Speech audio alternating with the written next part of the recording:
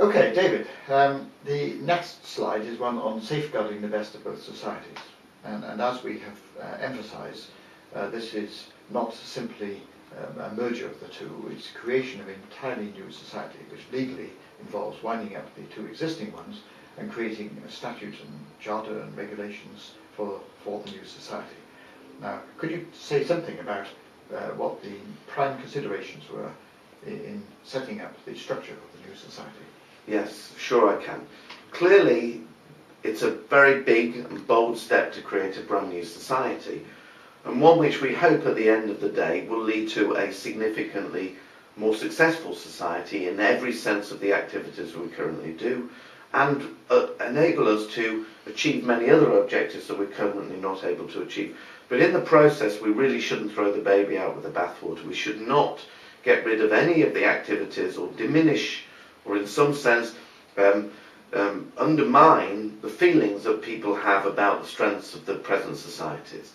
On the IMA side, which I'm better qualified to talk about, I think that the branch structure and its regional activities are of great strength. We hope that the new society will be able to support that much more fully, give it more secretarial support, financial support, and enable it to have a very comprehensive programme of regional meetings, interactive sessions, dialogue between engineers and mathematicians, really to get the whole scale of the community at large engaging as one collectively. I think that's really the idea. And clearly, I think you will agree from our travels, the notion of a branch structure or a regional structure to the new society will be seen as a great benefit. Yes, in fact the London Mathematical Society has been trying to do this to some extent over the last 10 years, but it's not got nearly as far as you have. And to start off afresh with the impetus of that is obtained by the existing branch structure of the IMA, I hope that and expect that the new society will try to develop this not just for applied mathematicians, but pure mathematicians as well. Of course, I think that's right. So the location of the actual of the premises of the new society, whether it's Southend or London or continue with both, which I presume it will do for many years, is irrelevant. The new society should have activities around the country and presumably will use many university premises in the process. Other things which I think are very important, you've mentioned earlier in the slides that the journals are very successful at bringing in valuable surpluses which aim to be used for other activities of the societies.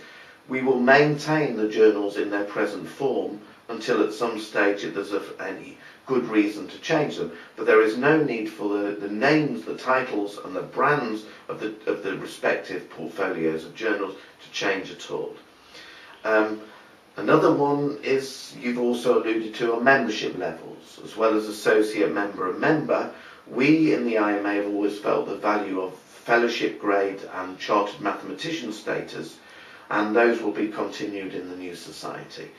You mentioned earlier, and I stress again, that fellow and chartered mathematician status have a role to play basically outside the academic circles, and it will play no role within the new society. Voting or membership of committees will not be dependent on being an elevated grade of fellow. It's purely there for anyone who chooses to apply for that grade. I think that we have to work hard to make sure that the representation of members in the diverse range we have in commerce, industry, as well as school teachers and academics are well represented in the new society. And when we come to talk about the structure of the new organisation, I think that will be shown to be true. Now, of course, there are many activities and of the LMS which we want to see continue. So maybe you would like to say a word or two about those. Yes. The thing which has come up again and again in the roadshow that we've been carrying out around the country is the high value that members put on the small grant scheme. Now, the actual extent of it at the present time is about £300,000 given away in small grants every year. This is actually a great increase on what was happening in 1992 when it was only 30,000. and it is obviously something that members find extremely valuable. The Council of the London Mathematical Society would not have agreed to go forward with the proposal for creating a new society if they had not been absolutely confident that this type of activity would continue in the same form as it has at present. And for that purpose they've set up what is going to be called the De Morgan Fund as a crucial aspect of the structure of the new society. This will be called a designated fund, which means that it will have a sum of money allocated to it which will be sufficient to make sure that the amount of money provided for these small grants will be at least as great as it is at present. Now, of course, I cannot promise this in absolute terms because it depends upon the way that our reserves develop over the next few years. Indeed, at present, they're obviously much less than they were 6 months ago. But the intention is to maintain at least the present level of small grants. The way the designated fund will work is that in order to change any aspect of its functioning, we will need to have a 2/3 majority of the council followed by a 2/3 majority of members in the society meeting. No group even approaches getting this level of majority on its own. So I think that it is very unlikely that this is going to be affected. Now, we think that in the new society, the three obvious groups, and this will be explained later, will be the academic members, the industrial commercial members, and the educational members, and each of these will have their interests protected. The main protection which the academic members will need is this small grant scheme, and we feel that we've done as well as can possibly be done to ensure that it is preserved, and we're convinced that this will not be a problem. Thank you. Could I just mention, I think, a little bit about the subscription rates for members? It is true, I believe, that LMS members have a cheaper subscription annually than IMM members currently. I think that the new society will have competitive membership rates if we get the membership numbers that we believe that we should do. I think we projected in the document around 14,000 members in 5 years after membership, so sort of doubling in 5 years. Is that correct? We're planning to do this. I mean, it won't happen on its own, but having the creation of a new society will make it much easier to have a membership drive because we won't be competing with each other any longer. And so I think this is a very plausible goal, but we'll have to work to get to it. So certainly if we manage to have those sorts of numbers, the subscription rates will, we hope, remain pretty competitive and will be at the lower end of what we would have in comparison with our sister societies.